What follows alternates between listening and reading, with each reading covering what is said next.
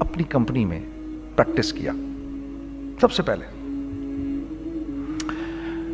میں میوزک چھوڑ چکا تھا, سوچتا تھا کہ کیا کروں اب کیا کام کروں. تو جو میرا آخری کانسرٹ تھا برمنگھم کے اندر,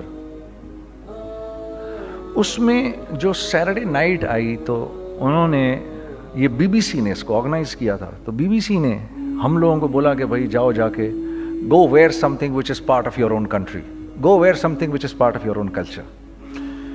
تو وہاں پر انڈینز بھی تھے, سری لنکنز بھی تھے, بنگالیز بھی تھے, موریشیا سے بھی لوگ تھے, اور پاکستان سے ہم تھے. ہم تو اسٹیج کے اوپر جو کپڑے پہنتے تھے وہ یہ کپڑے ہی نہیں تھے, یہی کپڑے تھے ہمارے پاس, وہ پاکستان کی کلچر کو تو ریپرزینٹ نہیں کرتے تھے.